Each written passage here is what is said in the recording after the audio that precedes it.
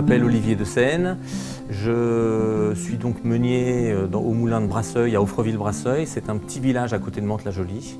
Nous avons deux moulins, un moulin à cylindre, comme bon nombre de moulins français, et un moulin avec des meules en pierre, donc deux systèmes de fabrication tout à fait différents.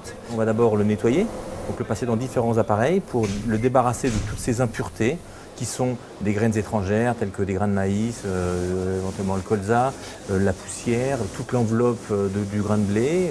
On le débarrasse de tout cela, on le mouille et ensuite le blé se repose pendant 24 heures avant d'être écrasé, donc soit sur le moulin à meule, soit sur le moulin à cylindre. Il est écrasé, il descend au sous-sol du moulin et il est remonté par un énorme aspirateur dans une machine qui s'appelle planchistère et qui va tamiser les produits.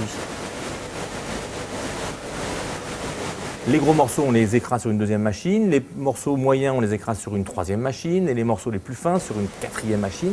Et la farine, obtenue dès le début, dès que ça est inférieur à une certaine taille, 80 ou 100 microns, on passe automatiquement en silo à farine, et c'est un produit fini. Et nous, ce qui nous intéresse au niveau du moulin, c'est d'obtenir le maximum de farine sur un grain de blé. La farine, après, est transférée dans un autre silo, et de ce silo, on va soit l'ensacher en sac de 25 kg, comme vous venez de le voir, soit en vrac éventuellement. C'est ce qu'on appelle la partie distribution chez nos clients finaux, qui vont être en grande partie, j'allais dire, les boulangers. Quand il fonctionne, un moulin, c'est comme un métronome. Je ne veux pas dire que ça ronronne, il va à son rythme. Avec les moulins à cylindre, 100 kg de blé donne 77 kg de farine. Alors comment on différencie une farine pour la boulangerie, une farine pour la pâtisserie, une farine pour à la limite faire du feuilletage ou faire les galettes des rois par exemple. C'est vraiment trois produits différents. On va assembler différentes variétés de blé entre elles de façon à obtenir le produit final souhaité par le client.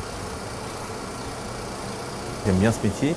Ce que j'apprécie beaucoup, c'est c'est varié, il y a une odeur.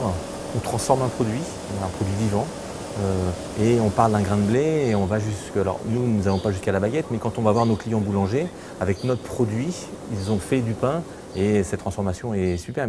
Quand on donne à 5 boulangers 5 farines identiques, on va avoir 5 pains différents. Mon père était meunier, mon grand-père était meunier, et je suis naturellement, par plaisir, par bonheur, par envie, rentré dans le moulin, et je suis très content d'y être. Quand les enfants vont faire pour la première fois le gâteau yaourt ou le gâteau X, ils utilisent une farine et qu'ils imaginent que derrière cette farine, il y a des hommes qui ont travaillé à l'écraser, qui se représentent le travail que ça représente. Et puis les champs de blé. On vit avec la farine, pour ainsi dire, au quotidien. On vit avec le blé au quotidien, il ne faut pas l'oublier.